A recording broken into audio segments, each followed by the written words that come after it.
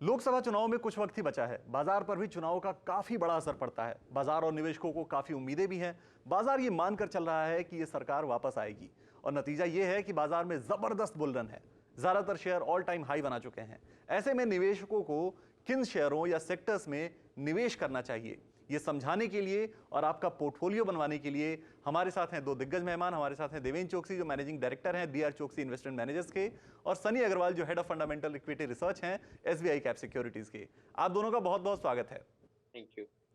Devendra sir, thank सबसे you. पहले मैं आपके पास ही आता हूं। दशकों का आपका एक्सपीरियंस है, आपने कई चुनाव देखे हैं, बाजार को भी उस हिसाब से आपने रीड किया है। इस बार आप बाजार को कैसे देख रहे हैं कि क्या बाजार चुनाव के नतीजों को पहले ही फैक्टर इन कर चुका है? मूड माहौल क्या लग रहा है सर आपके एक्सपीरियंस के हिसाब से? तो बहुत शुक्रिया विकास, मुझे आपके शो में शामिल करने के लिए। मैं ऐसा समझता हूँ कि जो पिछले 10 साल में गवर्नमेंट ने काम किया है, उसके नज़रिए से देखें तो हमारे देश को एक कंटिन्यूटी की बहुत ज़रूरत है। And that is what the entire business circle, corporate circle, financial circle believes. At the same time जो सोशल रिफॉर्म्स के मेजर लिए गए हैं, I will not go into specific कि जिसके अंदर गवर्नमेंट ने काम किया है, बट ज्यादातर रूरल मास को एक कंफर्ट देने के लिए जो गवर्नमेंट ने अलग अलग प्रस्ताव रखे थे, उनको इम्प्लीमेंट किया है लास्ट 10 साल के अंदर। उसके नजरिए से भी देखें तो शायद ये साल का इलेक्शन 2024 का जो इलेक्शन है, उसके अंदर सिग्निफिकेंटली एक या दो चीज के ऊपर काफी इन्फ्लुएंस रहेगी। एक तो सबसे पहले जो रूरल इंडिया के अंदर वीमेन वोटर्स है, उनका सबसे ज्यादा प्रभाव रहेगा, ऐसा मेरा मानना है। Because I think water in every tap is the first thing which probably I think is likely to give them एक अच्छा इलेक्शन के लिए एक अच्छी जिसको एक अच्छे मेजर्स को पकड़ के चलते, I think that will give plus. जो ट्रिपल तलाक का कानून जो आया है, उसके हिसाब से भी वहाँ पे एक जो माइनॉरिटी सेगमेंट की जो कम्युनिटी है, उनके लिए भी आई थिंक एक काफी वीमेन्स को अच्छा एम्पावरमेंट मिला है। तो in my view point I think this time के एक टाइम के इलेक्शन के अंदर ज्यादातर इन्फ्लुएंस यानी कैटलिस्ट जो रहेंगे, वो रूरल इंडिया के वीमेन वोटर रहेंगे। और अगर ये चीज सही में आगे बढ़ती है तो मेरे ख्याल से इलेक्शन के नतीजे जो है वो काफी हद तक डिफरेंट आएंगे। दूसरी तरफ देखें तो जो अपोजिशन पार्टी के अंदर डिसअलाइनमेंट हुआ है, I think that is a very big positive for continuity of the policies going forward by this government.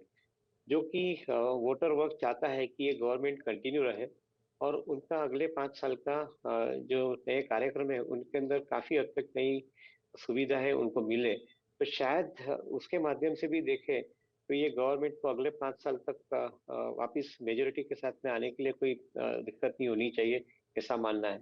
अगर मार्केट की नजरिए से नंबर्स के साथ में बात करें तो करीबन मार्केट ये पकड़ के चल रहा है कि BJP stand alone will be close to 400 seats. And maybe, I think, along with the partners, they may probably cross significantly large number, which means के जो opposition है वो disseminated होते जाएंगे, ऐसा एक मार्केट का सोचना है। अगर ये नंबर के अंदर शायद भी थोड़ा मिस हुआ तो मार्केट डिसअपॉइंट हो सकता है। अगर ये नंबर के ऊपर अगर आई थिंक द काउंट आए, इलेक्शन के रिजल्ट आए, तो मेरा ऐसा मानना है कि market will remain absolutely very confident for the next 5 years process going forward. नहीं मानता हूँ कि कॉर्पोरेट सेक्टर के अर्निंग के अंदर बहुत ज्यादा बदलाव इमीडिएटली आएगा, बट फिर भी कंसिस्टेंसी ऑफ पॉलिसी के कारण एक कॉन्फिडेंस जरूर बढ़ेगा कि ये अर्निंग सस्टेन हो सकते हैं। सो ऐसी मेरी एक ब्रॉडर समराइजेशन है ये सब्जेक्ट के लिए। बिल्कुल। सो नंबर्स काफ़ी इंपॉर्टेंट होते हैं, चाहे वो इलेक्शन के रिजल्ट्स के नंबर हो या फिर आपके मार्केट के नंबर्स हो। सनी, आपसे एक चीज़ समझना चाहेंगे कि मार्केट को इस वक्त आप कैसे रीड कर रहे हैं, जब ऑल टाइम हाई पर हैं इंडेक्सेस और आप देखें सारे शेयर जो है ऑल टाइम हाई के करीब हैं। आप इस वक्त कैसे रीड कर रहे हैं मार्केट को और इलेक्शन से कैसे इसको कनेक्ट कर पा रहे हैं आप? हमें शामिल करने के लिए धन्यवाद। डेफिनेटली मार्केट नए हाई पर है और जिस तरह से हमने एक बहुत अच्छी रैली पिछले साल में देखी है, या हमने देखा कि 20% का रिटर्न हमें निफ्टी और सेंसेक्स में मिला, और मिड कैप और स्मॉल कैप में more than 40-50% return already generate किया है। ये स्वाभाविक है कि ये लेवल पर कहीं ना कहीं वोलेटिलिटी बढ़ेगी। कुछ एक पार्ट ऑफ मार्केट है जो ये मानेंगे कि अब मार्केट ओवर वैल्यू हो चुका है, तो प्रॉफिट बुकिंग का दौर भी देखेंगे। और एक कहीं ना कहीं एक ऑप्टिमिज्म होप ट्रेड भी है कि ये जो गवर्नमेंट है ये नेक्स्ट 5 ईयर के लिए कंटिन्यू रहेगी, और उसी के चलते जो गवर्नमेंट की जो पॉलिसीज है वो भी कंटिन्यू रहेगी। तो मार्केट में दोनों तरह के इन्वेस्टर होते हैं, ऑप्टिमिस्टिक, पेसिमिस्टिक। और इसी के चलते मुझे लगता है कि टिल द टाइम इलेक्शन का वर्डिक्ट आ नहीं जाता है, तब तक एक मार्केट में वोलेटिलिटी देखने मिलेगी। और इसका एक मुख्य कारण ये भी है कि जैसे ही गवर्नमेंट अब इलेक्शन मोड में चले जाएगी, मे बी नेक्स्ट मंथ से, उसके बाद जो न्यूज फ्लो है, स्पेशली जो हम जितने भी मोमेंटम सेक्टर है, जैसे डिफेंस हो गया, रेलवेज हो गया, स्पेस हो गया, वो कहीं ना कहीं न्यूज फ्लो थोड़ा डाई डाउन हो जाएगा। गवर्नमेंट की ओर से पोस्ट कोड ऑफ कंडक्ट कहीं ना कहीं ये न्यूज फ्लो कम होगा, और एक ऑर्डर इनफ्लो के चलते जो मार्केट में एक मोमेंटम भी बना हुआ था, वो कहीं ना कहीं अब थम जाएगा। तो मुझे लगता है कि थोड़ा सा यहाँ नजरिया थोड़ा सा लंबा रखना होगा। अगर मैं पूरे साल की बात करूँ, फिजिकल ईयर 24, तो मुझे लगता है कि अल्टीमेटली मार्केट नया हाई तो बनाएगा ही। 23,500 24,000 के टारगेट हमें निफ्टी पर लगते हैं। बात यही है कि जो नए हाई हैं वो इलेक्शन के पहले बनेंगे कि इलेक्शन के बाद बनेंगे, that is something which I don't know. But ये बात तो पक्की है कि मार्केट में अल्टीमेटली बाय ऑन डीप का मार्केट है, स्टॉक स्पेसिफिक मार्केट है। जो सेक्टर में कहीं ना कहीं एक बेहतरीन अर्निंग ग्रोथ आउटलुक दिख रहा है, एटलीस्ट 3 से 4 क्वार्टर के नजरिए से, उन्हीं सेक्टर पे फोकस करना चाहिए। जैसे कुछ सेक्टर के मैं नाम लूंगा, जैसे ऑटो एंसिलरी, ये सेक्टर हमें काफी अच्छा लगता है मीडियम टू लॉन्ग टर्म के लिहाज से। सीमेंट एज अ सेक्टर काफी अच्छा लगता है। Structural steel tube as a sector अच्छा लगता है। और चुनिंदा कंपनीज माइनिंग सेक्टर में अच्छी लगती हैं। तो थोड़ा बॉटम्स अप रहने का मार्केट है, जहाँ अर्निंग ग्रोथ है, वैल्यूएशन सपोर्टिव है, वहीं पैसे लगाने की राय रहेगी। ओके, सो ओवरऑल ये नज़रिया है। देवेंद्र सर, एक चीज़ आपसे समझना चाहता हूँ कि अगर जैसे आपने बोला कि ये गवर्नमेंट के लिए मार्केट मान के चल रहा है कि ये गवर्नमेंट रिटर्न आएगी, यही दोबारा गवर्नमेंट बनेगी, तो कौन से सेक्टर्स ऐसे होंगे जो बेनिफिट होंगे ये गवर्नमेंट अगर रिटर्न आती है तो? क्योंकि ऑफ कोर्स गवर्नमेंट की पॉलिसीज़ कंटिन्यू हो जाएंगी, गवर्नमेंट के जो प्लान्स हैं इंफ्रास्ट्रक्चर डेवलपमेंट से लेकर तमाम चीज़ों पर, वो कंटिन्यू हो जाएंगे। तो कौन से सेक्टर्स आपको इसके बेनिफिशियरी लग रहे हैं? और उसके बाद फिर हम पोर्टफोलियो मेकिंग की तरफ भी जाएंगे, लेकिन पहले आपसे सेक्टर समझना चाहता हूँ जो बेनिफिट उठाएंगे सबसे ज़्यादा अगर गवर्नमेंट ये पावर में रिटर्न आती है तो। तो infrastructure is a catalyst. In fact I think infrastructure के अंदर जो पैसे खर्चे हो रहे हैं, that is going to be a significant game player going forward as well। क्योंकि आप इंफ्रास्ट्रक्चर में फंड स्पेंड करते हो तो साथ में सभी क्षेत्रों का उसके अंदर एक समावेश हो जाता है। मेटल एंड मेटल कमोडिटी उसका समावेश हो जाता है, engineering and engineering related services उसका समावेश हो जाता है। दूसरी तरफ आप बैंकिंग एंड फाइनेंस सिस्टम देखो तो उनका भी समावेश हो जाता है। So in a way, I think industrial sectors would definitely get aligned along with the infrastructure spending, because infrastructure spending के माध्यम से जो नए फंड्स इकोनॉमी में इन्फ्यूज होते जा रहे हैं, that is also giving more amount of money in the hands of individual, because the money gets distributed ultimately in the hands of individuals। तो इंडिविजुअल की पर कैपिटा इनकम बढ़ती है तो साथ में आपका कंजम्पशन क्षेत्र भी आगे जुड़ जाता है। Discretionary and non-discretionary consumption space both are getting simultaneously included along with the spending on the industrial sector। So in my viewpoint, on one side industrial sector connected with infrastructure as a main center के अंदर जो है वो, और दूसरी तरफ consumption के माध्यम से देखें तो each and every consumption space, be it auto, be it housing, be it white goods, or for that matter, uh, any other consumption space, including FMCG, that will also be definitely remaining in a stronger fold। एक तरफ जो global perspective को साथ में देख के जोड़ते हैं, तो अगर वहां पे इंटरेस्ट कॉस्ट कम होती है तो साथ में आईटी का स्पेंडिंग बढ़ना शुरू होता है। As such, because of the artificial intelligence के एडॉप्शन के माध्यम से देखे और क्लाउड कंप्यूटेशन के माध्यम से देखे तो आईटी के अंदर फंड्स की स्पेंडिंग बढ़नी जरूरी बनती है ग्लोबल मार्केट के अंदर। So that fills up the gap कि जो सर्विस सेक्टर के अंदर after the finance and the banking, the next one should come into play would be the IT. तो overall this is going to be an inclusive way of growth in the economy, ऐसा मैं समझता हूँ। क्योंकि economy की size जो है वो $4 ट्रिलियन के आसपास जो आज की तारीख में है, that is increasing to around 10 to 12 trillion in next 10-11 years time. तो overall each and every sector will participate into it. आप शायद उसके अंदर अलग अलग कैटेगरी बना सकते हो कि गवर्नमेंट के क्षेत्र के साथ में जो जुड़े हुए हैं उसके अंदर रेलवेज है, माइनिंग्स है, डिफेंस है, ये क्षेत्रों को आप साथ में अलग से कार्व आउट करके देख सकते हैं। But otherwise I think this is all link to the main program under infrastructure where the industrial consumption and the discretionary non-discretionary consumption part is increasing. जी बिल्कुल। देवेंद्र सर की बात ये भी खासियत है कि उन्होंने जब पिछली बार भी हमारे साथ इंटरेक्शन किया था तो उन्होंने ये बताया था कि इंफ्रा से कितने सारे सेक्टर्स जो है वो जुड़े होते हैं और वो कैसे चलते हैं। सनी सर, एक आपसे एक राय लेना चाहता हूँ इस चीज़ पर, क्योंकि आप फंडामेंटल रिसर्च बहुत अच्छे से करते हैं, हेड ऑफ फंडामेंटल रिसर्च हैं आप एसबीआई कैप के। तो एक चीज़ मुझे आपसे समझनी है कि कुछ ऐसे सेक्टर्स भी तो होते होंगे जिनका इलेक्शन से कोई लेना देना नहीं होता होगा, इलेक्शन चलें जो भी रिजल्ट्स आए बट उन पर असर नहीं पड़ता, वो अपने हिसाब से अपनी रफ्तार से, चाहे वो स्लो हो चाहे वो तेज़ हो, बट अपनी रफ्तार से चलते रहते हैं। वैसे भी कोई सेक्टर आपकी नज़र में है क्या?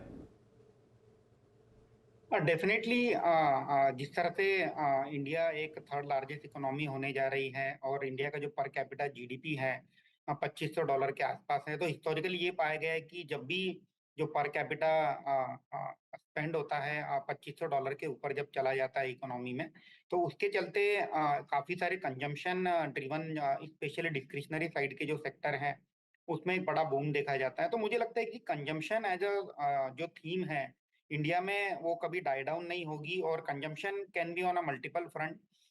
जैसे auto and again it's an auto auto OEM auto sector है, टू व्हीलर पैसेंजर व्हीकल, जो कि एक काइंड ऑफ एस्पिरेशनल प्रोडक्ट होता है, तो मुझे लगता है कि उसमें कभी डिमांड कम नहीं होगी। और इंडिया में जिस तरह से पेनिट्रेशन काफी लो है ऑटो सेक्टर में, उसमें एक बहुत बड़ा स्कोप मुझे लगता है। Eight the same time auto जो सेक्टर है उसे गवर्नमेंट का भी काफी सपोर्ट है, क्योंकि ये बहुत बड़ा एक्सपोर्ट इंजन भी बन सकता है इकोनॉमी के लिए। ऑलरेडी इन्होंने अपना जो मेटल है इसमें प्रूव किया है, तो auto is one of the sector. Discretionary side में मुझे लगता है कि ज्वेलरी सेगमेंट अगेन एक सेक्टर है जहाँ इंडिया का जो निवेश है वो जो इंडियन वुमन है ज्वेलरी में इन्वेस्ट करना कंटिन्यू करते रहेगी। और इसमें एक जो बड़ा शिफ्ट है अनऑर्गेनाइज टू ऑर्गेनाइज, ये जो ट्रेंड है ये मुझे लगता है कि अभी भी इसमें ये ट्रेंड जारी रहेगा।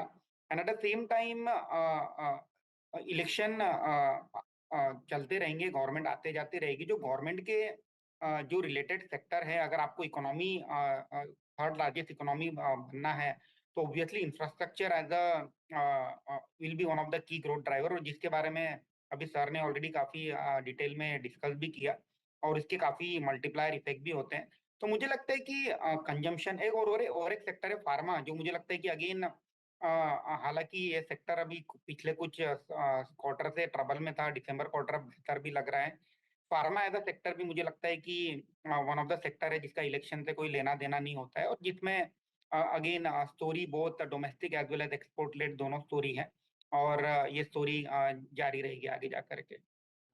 सो अब और इंतजार नहीं कराते हैं और चलते हैं पोर्टफोलियो मेकिंग की तरफ। देवेंद्र सर, आप शेयर सजेस्ट करना चाहें तो शेयर सजेस्ट करें, या फिर अगर आप कोई बिजनेस समझाना चाहें, क्योंकि मैं काफ़ी वक्त से आपको सुनता रहा हूं तो मुझे ये पता है कि जब आप कोई बिजनेस समझाते हैं तो फिर उसके फंडामेंटल से लेकर सब तमाम चीज़ें आप क्लियर कर देते हैं। तो अगर आप वो चीज़ें आप सजेस्ट करना चाहें अपने हमारे दर्शकों को कि कौन कौन से शेयर्स या बिजनेस हैं जो आपको लग रहा है कि फ्यूचर के लिए बेटर हो सकते हैं इस लेवल पे मार्केट में। फेयर पॉइंट, प्रयत्न करूंगा आपके एक्सपेक्टेशन के साथ में रहने के लिए। अ, मैं ऐसा समझता हूँ कि आई थिंक दो जगह पे जहाँ पे हमें एक कन्विक्शन भी है और कॉन्फिडेंस भी है, ये दो बिजनेस के माध्यम से थोड़ा समझाने की प्रयत्न करूंगा। एक बिजनेस है वो फाइनेंस सेक्टर के साथ में जुड़ा हुआ है, वो जियो फाइनेंस की हम बात करेंगे। जो हिसाब से कंपनी का बिजनेस मॉडल अनफोल्ड हो रहा है, उसके अंदर करीबन 4 prominent verticals are emerging for this company. One of course I think is the AMC vertical, which is वहाँ पे जो उन्होंने ब्लैक रॉक के साथ में टाई अप करके जो ETF प्रोडक्ट्स लाने की उन्होंने एक प्रस्ताव रखी है, तो ये I think definitely strong sector रहेगा, because ultimately AMC sector is going to grow with the higher amount of money coming in the hands of investors. They will be investing money more into the mutual fund kind of products. दूसरी तरफ देखें तो insurance जो जिसकी हम बात कर रहे हैं, इंश्योरेंस के अंदर भी आई थिंक मैं समझता हूँ कि this company is going to be very strongly position, and in a matter of time they may probably announce I think some good amount of business model in insurance as well. तो ये भी एक strong preposition दिख रही है। मेरा ऐसा समझना है कि अगेन डिस्क्रिशनरी स्पेंडिंग बढ़ती है, अगेन सेविंग एंड इन्वेस्टमेंट के अंदर माध्यम से फंड्स जनरेट होते हैं because of the higher GDP. ऐसा समझता हूँ कि insurance would be one of the finest most sector in the financial segment, कि करीबन 20% के एवरेज ग्रोथ रेट से अगले 5 या 10 साल के लिए वो बढ़ता रहेगा। So insurance would be, I think, a very strong play as I see it.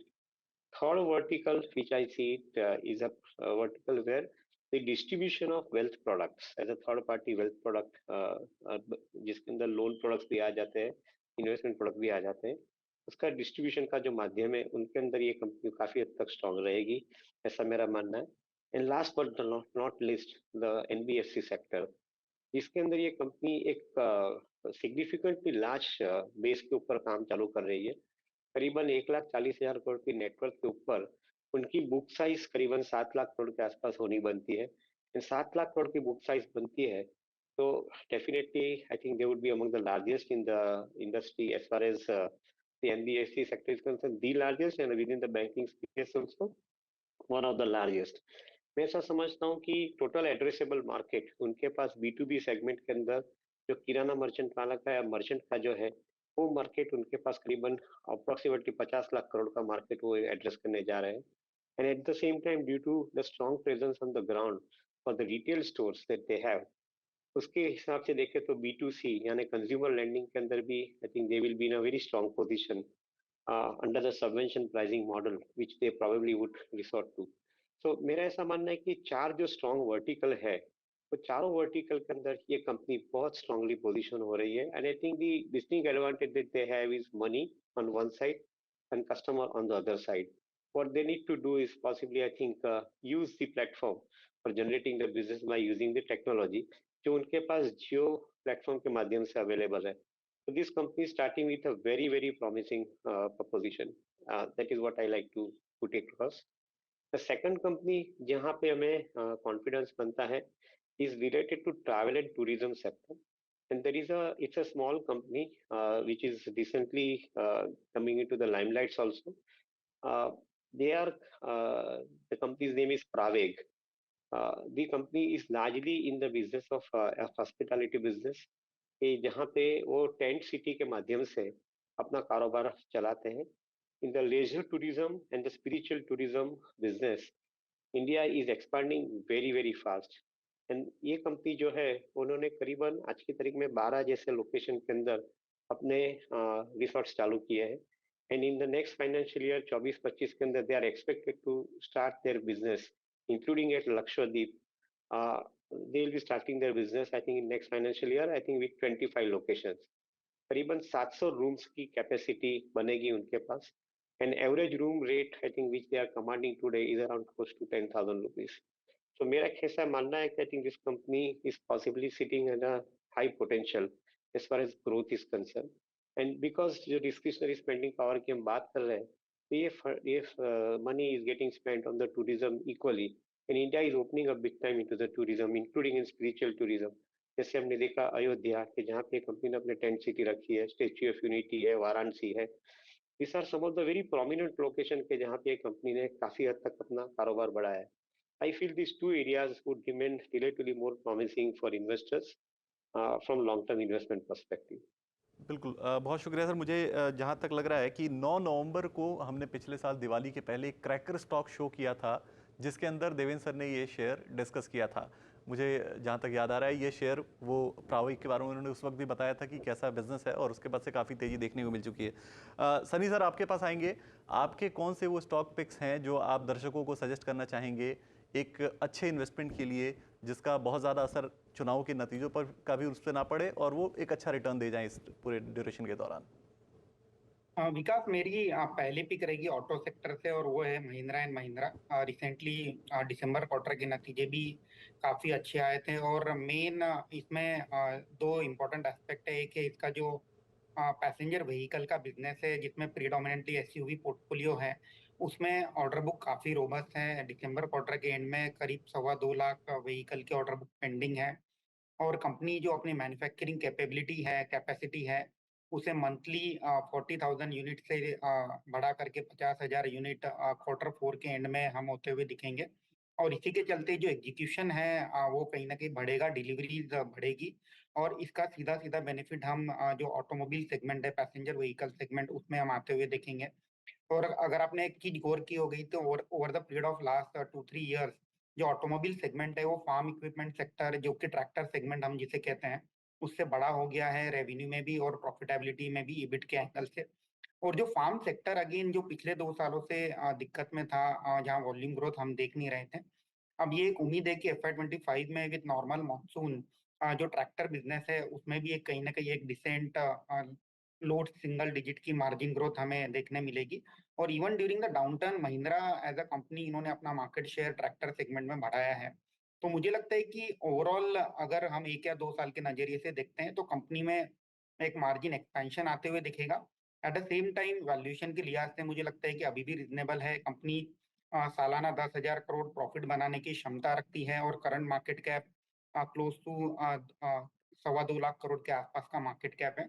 और महिंद्रा एंड महिंद्रा अगेन काफी सारे जो जितने भी लिस्टेड एंटिटीज हैं महिंद्रा के, उसके जो स्टेक है महिंद्रा महिंद्रा में ही रिसाइड करते हैं। तो मुझे लगता है कि एक परफेक्ट ब्लेंड है, across the sector multiple play करने मिल रहा है एक कंपनी के थ्रू। और ये लॉन्ग टर्म पोर्टफोलियो में 2200-2300 के प्राइस टारगेट से ऐड करना चाहिए। बिल्कुल। और दूसरा शेयर आपने आपने बोला कि 2 शेयर्स आपके पास हैं जो आपने निकाले हैं हमारे दर्शकों के लिए। दूसरा शेयर कौन सा है आपके पास? दूसरा शेयर विकास मेरा रहेगा स्ट्रक्चरल स्टील ट्यूब इंडस्ट्री से, और वो है APL Apollo tube, again one of the market leader in organize structural steel tube industry. और अगर हम दिसंबर क्वार्टर की बात करते हैं तो इनके नतीजे थोड़े सॉफ्ट रहे थे, और इसका एक मुख्य कारण ये था कि जो चैनल डिस्टॉकिंग हुआ था उसके कारण इनके जो वॉल्यूम है ये हिट हुए थे दिसंबर क्वार्टर में। हालांकि हमें एक चीज ध्यान रखनी होगी कि अगर कोई क्वार्टर में चैनल डिस्टॉकिंग हुआ है विद एन एक्सपेक्टेशन की रेट कम होंगे, तो अगले 1 से 2 क्वार्टर में चैनल रिस्टॉकिंग भी होता है और उसका clear cut benefit APL Apollo को भी आते हुए दिखेगा। एट द सेम टाइम अगर मैं ग्रोथ ट्रिगर की बात करता हूँ तो कंपनी की जो कैपेसिटी है 3.6 मिलियन टन से बढ़ करके 5 मिलियन टन होगी। और इसमें जो वैल्यू एडेड प्रोडक्ट का जो शेयर है FY24 में जो 50% रहेगा वो बढ़ करके 70% होगा, जो कि ज्यादा मार्जिन कमांड करता है। इबिटा पर टन वैल्यू एडेड प्रोडक्ट में 10,000 से लेके 20,000 रुपए पर टन तक का इबिटा पर टन कंपनी बना सकती है। और इसी के चलते मुझे लगता है कि Q3 एक एबरेशन था और अगले कुछ क्वार्टर तक ये कंपनी में काफी अच्छे नतीजे हम आते हुए देखेंगे। और हमारा ये मानना है कि कंपनी की जो प्रॉफिटेबिलिटी है, कंपनी FY24 में तकरीबन 780 करोड़ का प्रॉफिट दर्ज करेगी, और हमारा ये मानना है कि FY25 में ये प्रॉफिट बढ़ करके हो जाएगा 1100 करोड़, और 2026 में हो जाएगा तकरीबन 1600 करोड़। तो 2 साल में हमारा ये मानना है कि प्रॉफिट डबल होगा कंपनी का। और ROE ROC जो है, जो कि 20% ROE और 25% ROC है 2024 में, ये बढ़ करके हो जाएंगे 25% और 33% FY26 में।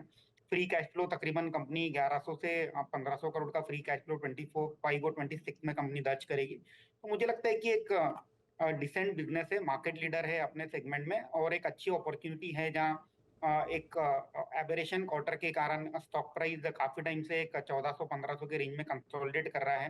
तो पोर्टफोलियो में ऐड करना चाहिए with price target of around 1800 rupees and investment horizon of 12 to 18 month. बिल्कुल।